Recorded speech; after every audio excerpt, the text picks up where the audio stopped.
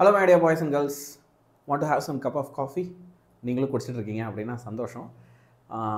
இன்றைக்கி ரொம்ப ரொம்ப ஆஸ்பைரிங்கான ஒரு விஷயத்தை பற்றி உங்ககிட்ட பேசணும் அப்படின்னு எனக்கு ஒரு ஆசையாக இருந்துச்சு.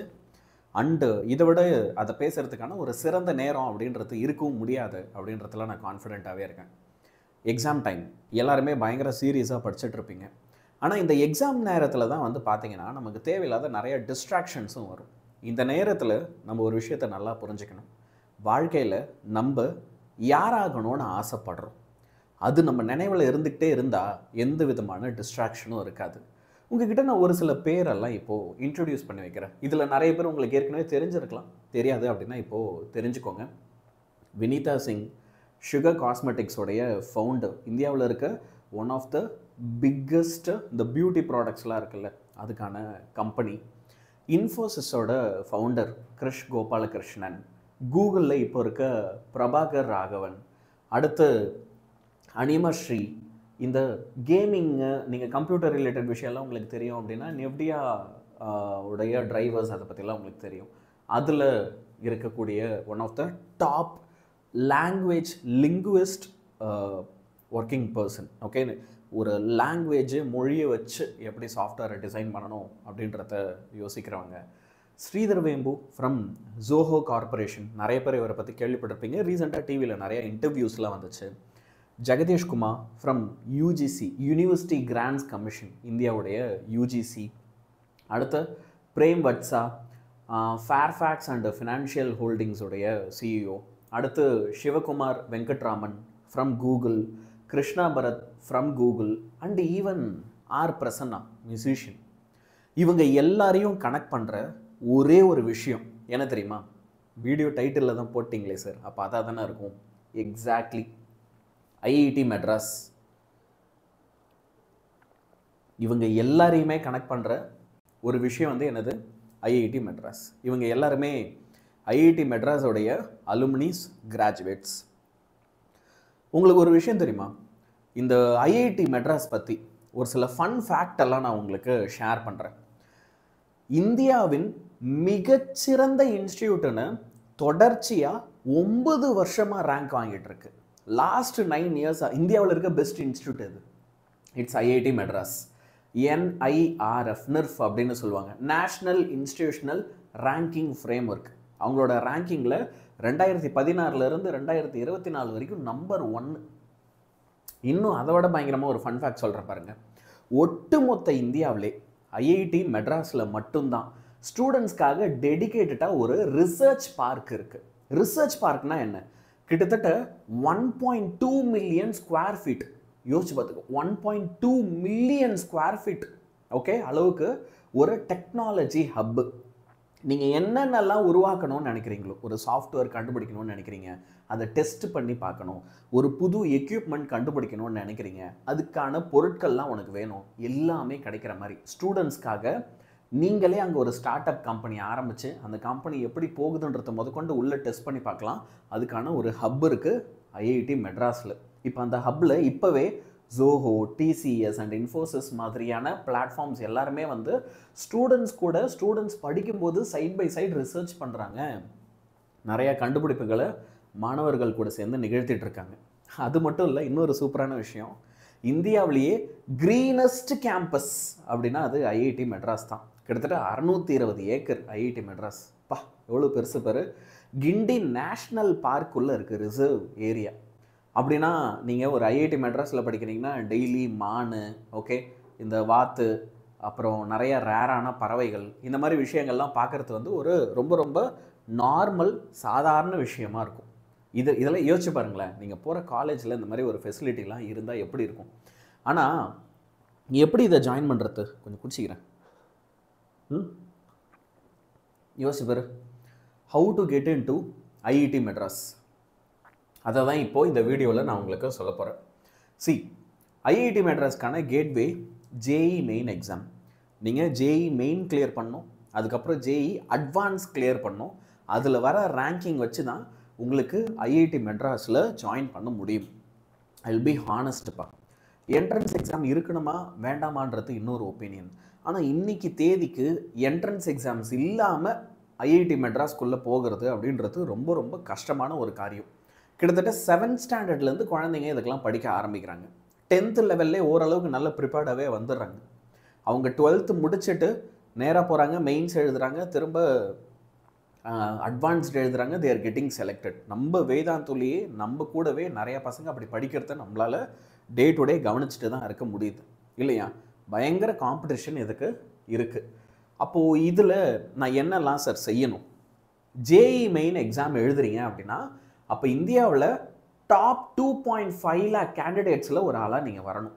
கிட்டத்தட்ட 12 லட்சம் பேர் எழுதுகிறாங்கடா இந்த ஜேஇ மெயின் எக்ஸாமை. இந்தியாவில் 12 லட்சம் பேர் எழுதுகிறாங்க. அந்த 12 லட்சம் பேரில் உங்கள் ரேங்க் எதுக்குள்ளே இருக்கணும்? 2.5 lakh இருக்கணும். அப்படி இருந்துட்டாலே உனக்கு ஐஐடியில் சீட்டு கிடைக்குதோ இல்லையோ, அந்த ரேங்க்குள்ளே வந்துட்டேன் அப்படின்னாலே கண்டிப்பாக என்ஐடியில் சீட்டு கிடைக்கும், ஓகே, பிட்ஸில் சீட்டு கிடைக்கும். நீ அந்த அளவுக்கு சூப்பராக படிச்சிருக்கல, அந்த நாலேஜை வச்சு உன்னால் விட்டி, ஏட்ரிபிள், எஸ்ஆர்எம்ஜே இந்த மாதிரி எக்ஸாம்லாம் கிராக் பண்ண முடியும். அப்போ அந்த 2.5 lakh வந்துடணுன்றது முதல் டார்கெட்டாக இருக்கணும். வந்துட்டியா? அடுத்து ஒரு 3 month கேப்பில் உனக்கு ஜேஇ அட்வான்ஸ்டு இருக்கும். இன்னும் நல்லா உட்காந்து ப்ரிப்பேர் பண்ணு. இந்த டைமில் பப்ளிக்லாம் உனக்கு முடிஞ்சிருக்கும். ஸோ பப்ளிக்லாம் முடிஞ்சதுனால 3 மாதம் நல்லா ஃப்ரெஷ்ஷாக உட்காந்து ப்ரிப்பேர் பண்ணலாம். ப்ரிப்பேர் பண்ணி இந்த ஜேஇ அட்வான்ஸ்டில் டாப் 200 ரேங்க் உள்ளவா? டாப் 200 ரேங்க் 2.5 லட்சம் பேரில் டாப் 200ல் வந்த அப்படின்னா உனக்கு ஐஐடி மெட்ராஸில் சீட்டு கிடைக்கிறதுக்கான வாய்ப்பு இருக்குது. என்ன யானியன் சார் சொல்கிறீங்க? இந்தியாவில் இருக்க most premium institute, best institute, அப்போ கொஞ்சம் ரேங்க் எதிர்பார்ப்பாங்க தான் இல்லையா? சி, அது மட்டும் இல்லை, they even have an interview. உங்களுக்கு கவுன்சிலிங் நடக்கும். அந்த கவுன்சிலிங்கில் உங்கள் ரேங்கை வச்சு உங்களுக்கு என்ன செய்வாங்க? ஒரு இன்டர்வியூ மாதிரி நடத்தி தான் உங்களை செலக்ட் பண்ண போகிறாங்க. இதுக்கான க்ரைட்டீரியா என்ன? ஏன்னு சார் பண்ண ஜேஇ மெயின் எழுதணும் அப்படின்னு வச்சுக்கோங்களேன். அதுக்கான க்ரைட்டீரியா வந்து என்ன? நீங்கள் 12th ஃபிசிக்ஸு, கெமிஸ்ட்ரி, மேக்ஸு கண்டிப்பாக படிச்சிருக்கணும். முக்கியமாக மேக்ஸ் இருக்கணும், ஓகேவா? ஃபிசிக்ஸ், கெமிஸ்ட்ரி, மேக்ஸ் படிச்சிருக்கணும். 25 வயசுக்குள்ளே இருக்கணும். 25 வயசுக்கு மேலே நீங்கள் ஜேஇ அட்டன் பண்ண முடியாது. 25 வயசுக்குள்ளே தான் இருக்கணும். ஒரு சில கேட்டகரிஸ்க்கு ஸ்பெஷல் ரிசர்வேஷன் இருக்குது, அதுவுமே ரொம்பலாம் இல்லை, சரியா? அதே மாதிரி ஒரு விஷயம் நல்லா ஞாபகம் வச்சுக்கோங்க, ஜேஇ அட்வான்ஸை உங்களால் மொத்தமே 2 வாட்டி தான் எழுத முடியும். You cannot attempt it for more than 2 times. அப்படின்னா 2 வாட்டி தான் எழுதவே வாய்ப்பு இருக்குது. அப்படின்னா அதை பர்ஃபெக்டாக பிளான் பண்ணி நல்லா ஹார்ட் ஒர்க் போட்டு கஷ்டப்பட்டு படிக்கணும், சரியா? இப்போது நான் அந்த ரேங்கிங் சொன்னேன் இல்லையா, நீங்கள் என்னென்ன ரேங்க் எடுத்தால் என்னென்ன மாதிரியான கோர்சஸ்லாம் உங்களுக்கு கிடைக்கும் அப்படின்றத இப்போ நான் ஸ்க்ரீனில் காமிக்கிறேன். அது வரை கையிலே இருக்குது, குடிச்சிட்டேன் இப்போ, சரியா? ஸோ என்ன இப்போ இருக்கிறதுலே ஹெவி காம்படிஷன் எங்கே இருக்கும்? Computer science and engineering. IIT மெட்ராஸில் சிஎஸ்இ. சார் நான் கம்ப்யூட்டர் சயின்ஸ் தான் படிக்க போகிறேன், கம்ப்யூட்டர் சயின்ஸ் அண்ட் இன்ஜினியரிங் படிக்க போகிறேன் அப்படின்னா அப்போது ஓகே, உங்களோட ரேங்க்கு 200க்கு உள்ளே இருக்கணும். 200க்கு உள்ளே இருந்தால் மட்டும்தான் உங்களுக்கு அது கிடைக்கிறதுக்கான வாய்ப்பு இருக்குது.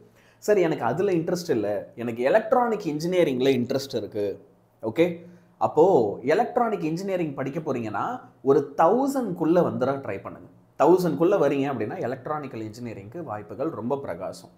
மெக்கானிக்கல் இன்ஜினியரிங் எடுத்துக்கிறீங்க அப்படின்னா லாஸ்ட் இயர் வந்து பார்த்தீங்கன்னா 2468 வரைக்குமே வந்து கிடச்சிருக்கு. ஸோ ஈவன் நீங்கள் ஒரு 2500க்குள்ளே வந்துட்டீங்கன்னா கூட உங்களுக்கு மெக்கானிக்கல் இன்ஜினியரிங் ஐஐடி மெட்ராஸில் கிடைக்க வாய்ப்பு இருக்குது. இப்போ சிவில் இன்ஜினியரிங் எடுத்துக்கிட்டால் லாஸ்ட் இயர் அதோட ரேங்க் வந்து பார்த்தீங்கன்னா 5639. அப்போது நீங்கள் ஒரு 5000 6000 ரேங்க்குள்ளே இருக்கிறீங்க அப்படின்னா இதெல்லாம் வந்து மோஸ்ட் ப்ரிஃபர்டு கோர்சஸ். இதெல்லாம் பயங்கர காம்படிஷன் இருக்கக்கூடிய கோர்சஸ். அந்த கோர்சஸ்க்கான ரேங்க் நிறைய பேர் இதுக்கெலாம் பயங்கரமாக போட்டி போட்டுட்டு இருக்காங்க. இதை தாண்டி வேறு என்னெல்லாம் இருக்குது யானியன் சார்? ஐஐடி மெட்ராஸ்குள்ளே என்னென்ன கோர்சஸ்லாம் இருக்குது? கம்ப்யூட்டர் சயின்ஸ் அண்ட் இன்ஜினியரிங் பார்த்தோம், electrical engineering, mechanical engineering, civil engineering, chemical engineering இருக்குது, ஏரோஸ்பேஸ் இன்ஜினியரிங் இருக்குது. நிறைய பேருக்கு ஏரோஸ்பேஸில் இன்ட்ரெஸ்ட் இருக்குது, என்கிட்ட அடிக்கடி கேட்டுகிட்டே இருப்பீங்க. Naval architecture and ocean engineering இருக்குது, மெட்டலர்ஜிக்கல் அண்ட் மெட்டீரியல்ஸ் இன்ஜினியரிங் இருக்குது, instrumentation and biomedical engineering, computational engineering and mechanics இருக்குது. அதே மாதிரி ஆர்டிஃபிஷியல் இன்டெலிஜென்ஸ் பயங்கரமாக வளர்ந்துட்டு வருது. இப்போ இது க்ரோயிங் டிமாண்ட் போட்டிருக்கு பாருங்க, ஓகே. ஏன்னா இப்போ ஏஐ வளர்ந்துட்டே வரவும் artificial intelligence and data analysis இருக்குது. Engineering physics, biological engineering. இவ்வளவு கோர்சஸ் இருக்குது. இது எல்லாமே பிடெக் கோர்சஸ், அதாவது இதெல்லாம் 4 வருஷம். இதெல்லாம் என்னது 4 வருஷம் படிக்கிறதுக்கான பிடெக் கோர்சஸ். சரியா? இப்போது பிடெக் இல்லாமல் வேறு என்ன நல்லா இருக்குது? இப்போ பிடெக் கூட எம்டெக் சேர்த்து பண்ணுற மாதிரி 12 டிகிரிஸ் இருக்குது. சரியா? அப்போது அதுவும் வந்து பார்த்தீங்கன்னா இப்போ நான் ஏற்கனவே சொன்னல, அது எல்லாத்துக்கூடயும் சேர்த்து நீங்கள் 12 டிகிரி மாதிரி பண்ணலாம். அப்படி பண்ண போகிறீங்கன்னா நீங்கள் 5 இயர்ஸில் கம்ப்ளீட் பண்ணுற மாதிரி இருக்கும். இன்ஸ்டெட் ஆஃப் இது ஒரு 4 அது ஒரு 2 6 இயர்ஸுக்கு பதிலாக 5 இயர்ஸில் கம்ப்ளீட் பண்ணலாம். நீங்கள் பிஎஸ்ஆர் எம்எஸ் 12 டிகிரியாக பண்ண போகிறீங்க, ஃபிசிக்ஸு பயாலஜி ஆர் சயின்ஸில், பயாலஜிக்கல் சயின்ஸில் இல்லை ஃபிசிக்ஸில் பண்ணணும். சரியா? அப்படின்னா 5 இயர் கோர்ஸாக முடிச்சிடலாம். நான் பிஎஸ்சி ஃபிசிக்ஸ் படிக்கணும், அப்புறம் எம்எஸ்சி ஃபிசிக்ஸ் படிக்கணும்னு தனித்தனியாக படிக்காமல் எம்எஸ் மாஸ்டர் ஆஃப் சயின்ஸ் அப்படின்னு சொல்லுவாங்க. சரியா? 5 இயர்ஸில் கம்ப்ளீட் பண்ணலாம். ஆன்லைன்லேயே பிஎஸ்சி இல்லை பேச்சுலர் ஆஃப் சயின்ஸு, இதில் programming and data science and அப்ளிகேஷன்ஸில் 3 to 4 இயர் ப்ரோக்ராமாக இருக்குது. இதில் இஃப் யூ வாண்டட்னா நீங்கள் நடுவுலையும் எக்ஸிட் ஆகிற மாதிரி உங்களுக்கு ஆப்ஷன்ஸும் வந்து அவங்க தராங்க. நடுவில் எக்ஸிட் ஆகுறீங்கன்னா அதுக்குன்னு உங்களுக்கு சர்டிஃபிகேட்ஸ் இருக்கும். இப்போ யானேன் சார் நான் இதை கிராக் பண்ணணும், நீங்கள் சொல்கிறதெல்லாம் கேட்கும்போது ஆசையாக இருக்குது, நான் இதுக்கு கஷ்டப்பட்டு படிக்கிறேன், ஓகேவா? என்ன மாதிரியான ஸ்கில்ஸ் எல்லாம் நான் வளர்த்துக்கணும்? இப்போது இந்த ஜேஇ எக்ஸாம் என்சிஆர்டி சிலபஸை பேஸ் பண்ண ஒரு எக்ஸாம். அப்போ என்சிஆர்டி புக்கில் இருக்கிற டாபிக் எல்லாத்தையுமே நம்ம சூப்பராக மாஸ்டர் பண்ணி இருக்கணும். இப்போ யானேன் சார் என்சிஆர்டியும் நம்ம ஸ்டேட் போர்டும் ரொம்ப வேறு மாதிரி இருக்குமா? இல்லை, நான் ஒன்று சொல்லட்டா, என்சிஆர்டியை விட நம்ம ஜேஇ படிக்க நம்ம ஸ்டேட் போர்டு புக்கு இன்னும் பெட்டராகவே இருக்கும். ஆனால் அவங்க சொல்கிற கண்டிஷன் என்சிஆர்டியை படி அப்படின்றது தான்.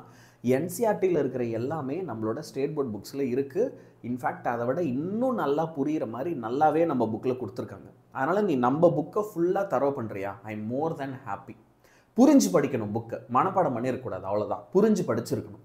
அடுத்து நீங்கள் நிறைய கொஸ்டின்ஸ், இப்போது போன வருஷம் ஜேஇ அட்வான்ஸுடைய கொஸ்டின்ஸு, ஜேஇ மெயின்ஸுடைய கொஸ்டின்லாம் எடுத்து ப்ராக்டிஸ் பண்ணிகிட்டே இருக்கணும். நிறைய வாட்டி ப்ராக்டிஸ் பண்ணி பார்த்துட்டே இருக்கணும். அதே மாதிரி இதில் டைம் மேனேஜ்மெண்ட் அப்படின்றது ரொம்ப ரொம்ப முக்கியமான ஒரு விஷயம். எப்பெல்லாம் டைம் கிடைக்குதோ அப்போல்லாம் நிறையா மார்க் டெஸ்ட் எடுத்து பார்க்கணும். நிறைய டெஸ்ட்டு சீரீஸ்லாம் இருக்குது, அந்த டெஸ்ட்டு சீரீஸ்லாம் எடுத்து எழுதிட்டே இருக்கணும். ஓகே, இப்போ ஈவன் வேதாந்தில் நாங்கள் வந்து பார்த்தீங்கன்னா ஏக்லைவா அப்படின்னு சொல்லி ஒரு டெஸ்ட் சீரீஸ் ஜேஇக்காகவே கண்டக்ட் பண்ணுறோம். அந்த மாதிரி டெஸ்ட் சீரீஸ் எல்லாம் எடுத்து எழுதணும், கன்சிஸ்டண்ட்டாக ப்ரிப்பேர் பண்ணணும். இந்த ஐஐடி அப்படின்றது வந்து ஏதோ நான் பப்ளிக் அப்போ ஒரு வாரம் முன்னாடி படித்து கிளியர் பண்ணுற எக்ஸாம் கிடையாது. இது ஒரு மேரத்தான் மாதிரி. ஃப்ரம் டே 1 இருந்து டே 300 வரைக்கும் ஒரு வருஷம் ஃபுல்லாக டெடிக்கேட்டடாக நான் இதுக்காக படிச்சுட்டே இருக்கேன், உழைச்சிட்டே இருக்கேன், டெய்லி நான் 16 ஹவர்ஸ் கஷ்டப்பட்டுட்டே இருக்கேன் அப்படின்றவங்களுக்கு இது கிடைக்கும். ஸோ எந்த அளவுக்கு நீங்கள் ப்ராப்ளம்ஸ் அதிகமாக சால்வ் பண்ணுறீங்களோ, எந்த அளவுக்கு ஃபார்முலாஸை வந்து ரிவைஸ் பண்ணுறீங்களோ, எந்த அளவுக்கு நிறைய டெஸ்ட் சீரீஸ் எழுதி பார்க்குறீங்களோ, இது எல்லாமே உங்களுக்கு வந்து பார்த்தீங்க அப்படின்னா சக்ஸஸ்ஃபுல்லாக வரத்துக்கு ஹெல்ப் பண்ணும். பின்னாடி இருக்கிற திருக்குறள்லாம் பார்க்காத, அது திருக்குறள் நான் போட சொன்னேன், அது ஏதோ தமிழை பிச்சு போட்டு வச்சிடுச்சு ஏஐயில். சரியா? இங்கிலீஷ் ட்ரெயின் ஆன அளவுக்கு ஏஐ வந்து தமிழ் ட்ரெயின் ஆகலை. ட்ரெயின் பண்ணிவிடுவோம் நம்ம. சரியா? நீங்கள் ட்ரெயின் பண்ணிவிடுங்க படித்து வந்து. ஸோ ஒரே விஷயந்தான், நான் சொன்ன எல்லா கீ பாயிண்ட்ஸும் ஞாபகம் வச்சுக்கோ. சரியா? ஃபார்முலா ஷீட்ஸ், ஓகே, ஃபார்முலா ஷீட்ஸை நீயே கைப்பட எழுது, அதை எடுத்து குவிக் ரிவிஷன் பண்ணு, ப்ராப்ளம் சால்விங் ஸ்கில்ஸை வளர்த்துக்கோ. எல்லா ப்ராப்ளம்ஸ் உன்னோட டெக்ஸ்ட் புக்கில் இருக்கிற ப்ராப்ளம் எல்லாமே சால்வ் பண்ண, டெஸ்ட் சீரீஸ்லாம் பர்ச்சேஸ் பண்ணி அந்த டெஸ்ட் சீரீஸோடைய ப்ராப்ளம்ஸ் எல்லாத்தையும் சால்வ் பண்ண. You keep trying new stuff. You should not get tired. புரியுதா? இதெல்லாம் திரும்ப திரும்ப ட்ரை பண்ணிகிட்டே இருக்கணும். ட்ரை பண்ணும்போது உங்களுக்கு இதில் சக்ஸஸ் அப்படின்றது உங்களை தேடி வரும். சரியா? ஸோ இந்த வீடியோ உனக்கு யூஸ்ஃபுல்லாக இருக்குது அப்படின்னு நினச்சின்னா லைக் பட்டனை ஸ்மாஷ் பண்ணிவிடு. உன் ஃப்ரெண்ட்ஸுக்கும் ஃபேமிலிஸ்க்கும் இதை பற்றி இந்த டீட்டெயிலாக தெரிஞ்சுக்கிட்டா நல்லாயிருக்கும்னு நினச்சின்னா அவங்களுக்கும் ஷேர் பண்ணிவிட. சரியா? மிகப்பெரிய கனவுகளுக்கு ஆசைப்படு. Dream bigger. எப்பயுமே சின்ன சின்னதாக கனவு காணாது, ரொம்ப பெருசாக கனவு காணு. சரியா? In fact I will dream bigger அப்படின்னு எல்லாருமே இதில் கமெண்ட் பண்ணு. சரியா? நம்ம சேனலை மறக்காமல் சப்ஸ்கிரைப் பண்ணிக்கோ. நீ சப்ஸ்கிரைப் பண்ணிக்கிட்டேன்னா நான் இது ஒரு காலேஜ் சீரீஸாகவே பண்ண போகிறேன். ஒவ்வொரு காலேஜை பற்றி, அந்த காலேஜில் என்னென்ன கோர்சஸ் இருக்குது, அதில் சேர நீ என்ன செய்யணும், அதுக்கு என்ன எக்ஸாம் இருக்குது, எல்லாத்த பற்றியும் நான் ஒரு சீரீஸாக பண்ணுறேன். எனக்கு இது எல்லாத்தையும் அழகாக ரெகுலராக ஃபாலோ பண்ணிகிட்டே வா. சரியா? Good bye.